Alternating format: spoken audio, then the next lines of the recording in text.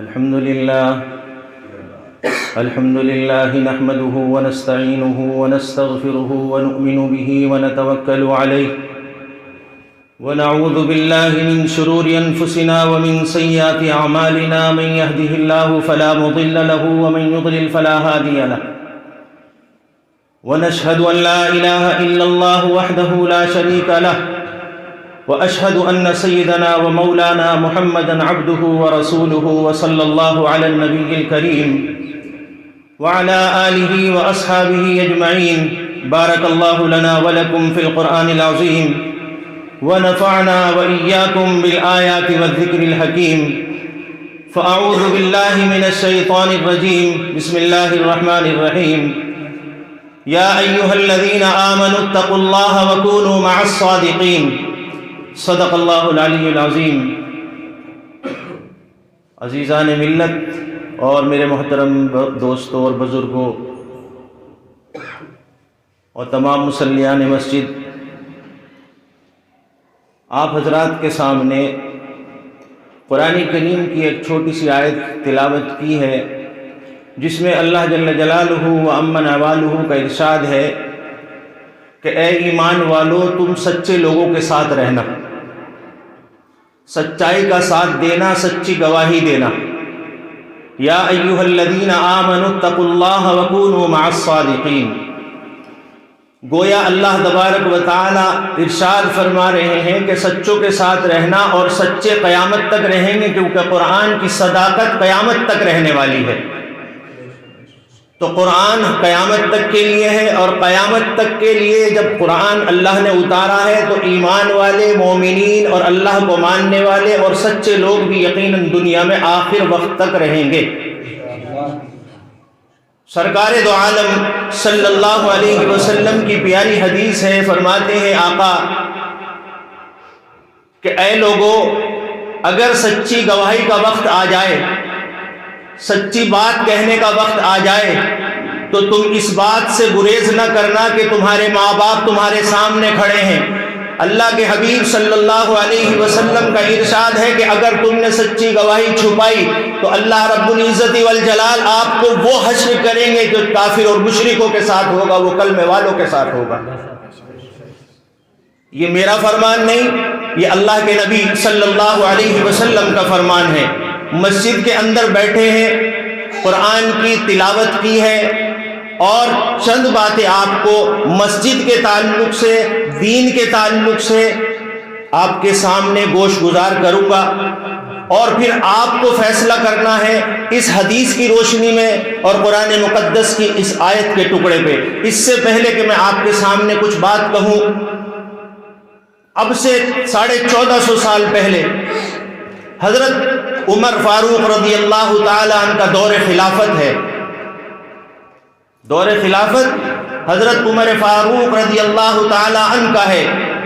ایک صحابی ہیں بڑے جلیل القدر صحابی، حضرت وقاص رضی اللہ تعالی عنہ.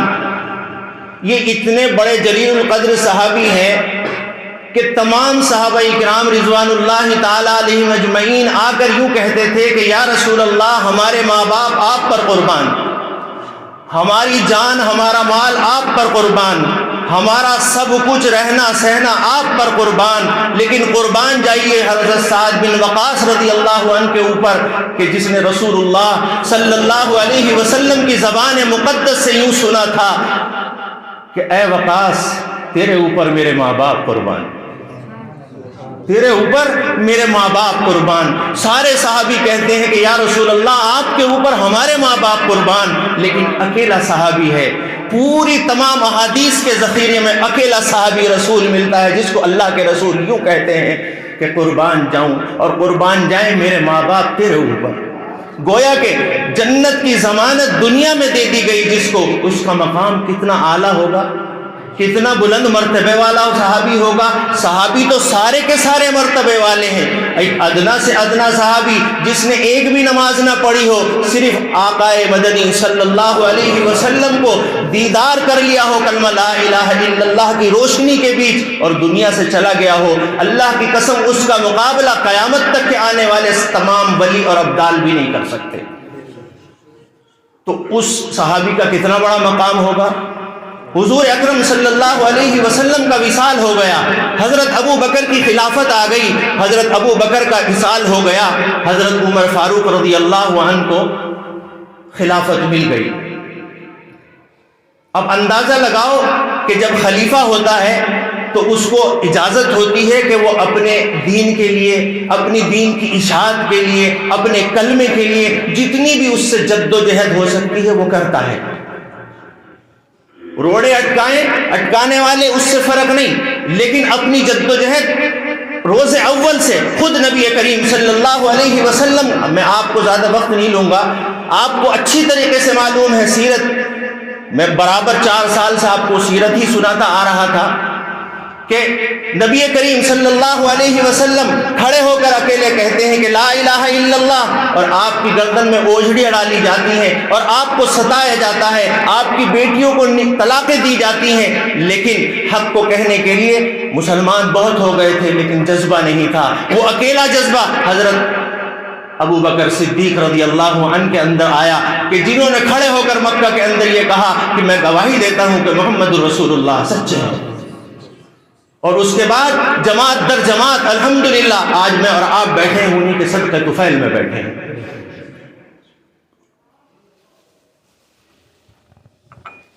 تو حضرت عمر فاروق رضی اللہ عنہ کا جب دور خلافت آیا، حضرت سعد جن کے بارے میں نے بتایا، ان کو کوفہ کی مسجد کے اندر امام بنا کر بھیجا۔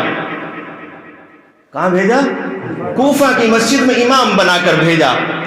اب اندازہ لگائیے کہ جن صحابہ نے نبی کریم صلی اللہ علیہ وسلم سے نمازیں سیکھی ہوں ان کی نمازوں کا عالم کیا ہوگا، جنہوں نے قرآن خود نبی کریم صلی اللہ علیہ وسلم کی زبان سے نکلتے ہوئے موتیوں کی طرح دیکھا ہو، ان کا قرآن پڑھنے کا انداز کیسا ہوگا۔ ان کی نمازوں میں ہم فرق کر سکتے ہیں، ان کی نمازوں پہ انگلی اٹھا سکتے ہیں، لیکن اللہ کی قسم 1450 سال پہلے کی حضرت وقاص کے اوپر انگلی اٹھی تھی۔ 1450 سال پہلے جب کوفہ میں امام بنا کر بھیجا، تمام مسجد کے متولی، تمام مسجد کے مصلی خوش ہیں، نمازیں پڑھ رہے ہیں۔ میں بنائی ہوئی بات نہیں کہہ رہا ہوں، میں حدیث کی بات بتا رہا ہوں۔ تمام مصلی خوش ہیں۔ ایک شخص ایک لیٹر لکھتا ہے حضرت عمر فاروق کے نام۔ حضرت عمر فاروق کہاں ہیں؟ کہاں رہتے ہیں؟ مدینے میں۔ مدینے میں ہماری ریاست مدینہ، ہمارا شہر، سب سے مبارک شہر مدینہ، وہیں پہ حضرت عمر فاروق رضی اللہ عنہ بستے ہیں، وہیں رہتے ہیں، وہیں سے خلافت چل رہی ہے۔ ایک لیٹر آیا اور لیٹر میں یہ لکھا ہے کہ مسجد کا امام نماز صحیح نہیں پڑھاتا، مسجد کا امام نماز صحیح نہیں پڑھاتا، قرآن پڑھنا نہیں آتا۔ اب جب یہ خبر آئی حضرت عمر فاروق رضی اللہ عنہ کے پاس تو پیروں کے تلے سے زمین نکل گئی، کیونکہ انہوں نے تو دیکھا تھا کہ سرکار دو عالم صلی اللہ علیہ وسلم نے جس کو یوں کہا ہو کہ تیرے اوپر میرے ماں باپ قربان، آج اس کے اوپر انگلی اٹھ کر یوں کہا جا رہا ہے کہ تیرے میں نماز پڑھنی نہیں آتی۔ لیکن حضرت عمر فاروق رضی اللہ عنہ نے 2 قاصد بھیجے اور کہا کہ جا کر تحقیق کر آؤ۔ کوفہ میں 2 قاصد جاتے ہیں، محلے کے لوگوں سے معلوم کرتے ہیں کہ بتاؤ مسجد کا امام کیسا ہے، بتاؤ جو مدینے سے آیا ہے آپ کی مسجد میں امامت کر رہا ہے وہ قرآن کیسا پڑھتا ہے۔ ایک بھی آدمی مخالف نہ ملا، ایک آدمی مخالف نہیں ملا۔ آخرکار مسجد میں آ گئے وہ دونوں قاصد، آ کر اعلان کر دیا اور کہا کہ تمام مصلی بیٹھ جاؤ۔ جمع ہو گئے اور پوچھا کہ یہ بتاؤ آپ کو اپنے امام سے کیا شکایت ہے؟ سب نے ایک وقت ایک ہی آواز میں کہا کہ ہمیں کوئی شکایت نہیں۔ وہ خط جو کوفہ سے آیا تھا حضرت عمر کے پاس وہ بھی ساتھ لے کر آئے تھے، انہوں نے یہ لیٹر دکھایا کہ ہمارے پاس یہ خط آیا ہے، یہ بتائیں کس نے بھیجا ہے؟ کسی نے بتایا کہ یہ فلاں شخص نے بھیجا ہے جو کہ مسجد میں کبھی نہیں آتا، وہ صرف باہر سے نماز پڑھتا ہے، وہ خلاف ہے اس امام کے، وہ نہیں چاہتا کہ مدینے کا کوئی حق بات کہنے والا ہماری مسجد میں رہے، کیونکہ ہماری بدعات ختم ہو رہی، ہمارے اندر جو خرابیاں ہیں وہ ان کو اجاگر کرنے کے لیے آیا ہے، اس لیے وہ نہیں چاہتا کہ یہ مسجد میں امام رہے۔ حضرت عمر فاروق رضی اللہ عنہ کو وہ تمام واقعہ آ کر مدینے میں بتلا دیا گیا. حضرت عمر فاروق رضی اللہ عنہ کو قربان جائیے, انہوں نے حضرت وقاص کو بلا لیا اپنے پاس. حضرت وقاص تشریف لے آئے, کہنے لگے وقاص کیا بات ہے, کیا تم قرآن پڑھنا بھول گئے؟ تم نے تو خود قرآن نبی کریم صلی اللہ علیہ وسلم سے سیکھا ہے. حضرت وقاص رونے لگے, کہتے ہیں کہ عمر فاروق سے کہ اے خلیفہ وقت, میں کیا بتاؤں, جس کپڑے میں میں یہاں حاضر ہوا ہوں, میں نے آج تک اس مسجد کے کسی متولی سے 1 روپے کا سوال نہیں کیا. میں ان کپڑوں میں گیا تھا, انہی کپڑوں میں آج واپس آ رہا ہوں. میری کپڑوں کی حالت تو دیکھ لو, میرے کپڑوں کی حالت تو دیکھ لو. حضرت عمر زار و قطار رونے لگے اور اس کے بعد کہا کہ جاؤ, قاصدوں کے ساتھ میں کہا کہ چند فوجی دستے بھیجے جائیں اور اس خبیث اور لعین کو پکڑ کر لایا جائے مدینے میں, اس کو سخت سے سخت سزا دی جائے گی. آخر کار حضرت وقاص رضی اللہ عنہ کو کہا گیا کہ آپ بھی چلیے. کہنے لگے میں اب مسجد کے لائق نہیں ہوں. اب لوگ انگلی اٹھانے لگے, وہ جو جاہل ہیں, جن کو نہ نماز کا طریقہ ہے, نہ غسل کا پتہ ہے, نہ نماز جنازہ جانتے ہیں, وہ اماموں پر انگلی اٹھاتے ہیں. میں اب اس سے معزول ہونا چاہتا ہوں, میں اس جگہ اب نہیں جانا چاہتا. حضرت عمر فاروق رضی اللہ عنہ نے پیٹھ تھپ تھپائی اور کہنے لگے وقاص یہ دین قربانیاں دے کر پنپتا ہے. جب تک خون نہیں بہاتے, جب تک دین آگے نہیں بڑھتا. بدعت دلوں سے نہیں نکلے گی, خرافات دلوں سے نہیں نکلے گی, لہذا قربانی دینی ہوگی اور جانا پڑے گا. حضرت وقاص رضی اللہ عنہ کوفہ میں پہنچتے ہیں, اس ظالم کو پکڑ کر لایا جاتا ہے. حضرت وقاص نے دیکھا کہ اس نے جس نے خط لکھا تھا لے کر چلتے ہیں. فوراً کہہ اٹھے کہ اے لوگو, میں اس کو معاف کرتا ہوں اور اس کو لے کر نہ جاؤ, ہو سکتا ہے کہ اللہ تعالیٰ اس کو پھر سمجھ عطا فرما دیں. اتنا کہا, قاصدوں نے چھوڑ دیا.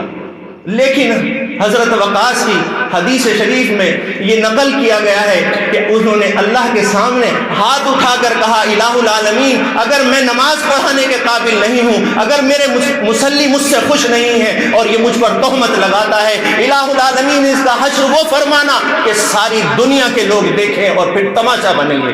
اللہ کی قسم حدیث شریف میں آتا ہے کہ آخری وقت تک وہ گھسٹ گھسٹ کر چلتا تھا اور یوں کہتا تھا کہ الہ العالمین کسی طریقے سے دنیا سے اٹھا لے اور مجھے بخش. لیکن اللہ کا کیا, اللہ کا سوچا ہوا, اللہ کا لکھا ہوا کون ڈال سکتا ہے؟ کس میں طاقت ہے, کس میں طاقت ہے جو اس کے لکھے کو ختم کر دے؟ تو میری آپ سے صرف چند باتیں مؤدبانہ گزارش کے ساتھ جو دین کے تعلق سے ہیں, میں باہر کی بات کرنے نہیں آیا, میں کوئی سودا بیچنے نہیں آیا, میں کوئی کاروبار نہیں کرتا آپ کے ساتھ, نہ کیا ہے. آپ سے میں یہ پوچھنا چاہتا ہوں, میں ایک گناہگار, سیاہکار, بدکار, نالائق, خبیث, اس مسلح کے لائق نہیں تھا, لیکن اس رب کریم نے مجھے لا کر کھڑا کر دیا. اب یہ بتائیے کہ آپ میرے پیچھے نماز پڑھتے ہیں, آپ مجھ سے خوش ہیں کہ نہیں؟ اگر مجھ سے, میرے علاوہ کسی بھی مسجد کے امام سے اگر کوئی بات شرعی ہو, اب شریعت کے خلاف وہ چل رہا ہو, اس کو سمجھایا جا سکتا ہے, وہ اس سے باز آ سکتا ہے. لیکن چھوٹی چھوٹی باتوں پر اتنا بڑا پتنگا کر دینا, اتنا بڑا واویلا کر دینا, یہ کہاں کا اصول ہے؟ ہمارے یہاں ہماری امت, ہمارے بھائی, ہماری بہنیں آج جانے کتنے مسائل سے جوجھ رہی ہے اور ہم مسجدوں میں یہ حالت کرے بیٹھے ہیں. باہر کے فیصلے مسجدوں میں ہوا کرتے تھے. حضور اکرم صلی اللہ علیہ وسلم کا دور, حضرت علی کا دور, عثمان کا دور, یہاں تک کہ عشرۂ مبشرہ کا دور, یہ تمام دور وہ گزرے ہیں کہ پارلیمنٹ مسجد, نکاح مسجد, شادی مسجد, کسی کا رشتہ کرنا مسجد, کسی کا نام رکھنا تو مسجد, کسی میں لڑائی ہو گئی تو مسجد میں فیصلہ. آج ہمارے فیصلے کون کرتا ہے؟ غیر مسلم. آج ہمارے فیصلے کون کر رہا ہے؟ جو اسلام کو جانتا بھی نہیں. آج ہم نے اپنی داڑیاں, اپنے گریبان کس کے ہاتھوں میں دے رکھا ہے؟ یہ کس کی غلطی ہے؟ کیونکہ ہم نے رہنماؤں کو گالیاں دے دے کر ان کو کیفر کردار تک پہنچانے کا عمل کر رکھا ہے، اسی لیے ہماری داڑھیاں غیروں کے ہاتھوں میں ہیں۔ جب تک ہم نے ان ممبروں پر بیٹھنے والوں کا ادب اور احترام کیا ہے، ہماری نسلوں کے اندر ایمان سلامت رہا ہے۔ جب سے ہم نے ان کو برا کہنا شروع کیا ہے، ہماری نسلوں سے دین ختم ہوتا جا رہا ہے۔ ہمیں اس کی فکر نہیں، ہمیں اس کی فکر نہیں کہ ہمارے گھروں میں دین کیسے پھیلے۔ ہمیں صرف یہی رہ گیا کہ مسجد میں ہنگامے بازی، مسجد میں چغل خوری، مسجد کے امام کے اوپر الزام لگانا۔ اگر مجھ سے کوئی غلطی ہوئی ہے، میں ذاتی طور پر کہہ سکتا ہوں، میں برابر کہتا ہوں، مستقل کہتا آ رہا ہوں، الحمدللہ آپ لوگوں نے میرا ساتھ دیا، مسجد میں جو یہ کام ہوا ہے اسی دن سے کہتا آ رہا ہوں، اللہ کے واسطے اگر مسجد میں کوئی کام ایسا ہوا کہ اس پنکھے کی ضرورت نہیں ہے، یہ 10,000 کا ہو، 20,000 کا ہو، گھڑی 50,000 کی ہو، ٹائل 1,00,000 روپے کی ہو، اور 4 آدمی کھڑے ہو کر یوں کہہ دیں کہ یہ مسجد کے لائق ٹائل نہیں ہے، یہ پنکھا مسجد کے لائق نہیں ہے، اللہ کی قسم ممبر رسول پر بیٹھ کر کہہ رہا ہوں، میں نے یہ کہا ہے کہ مجھ سے آ کر پیسے لے لینا، ہنگامہ نہ کرنا۔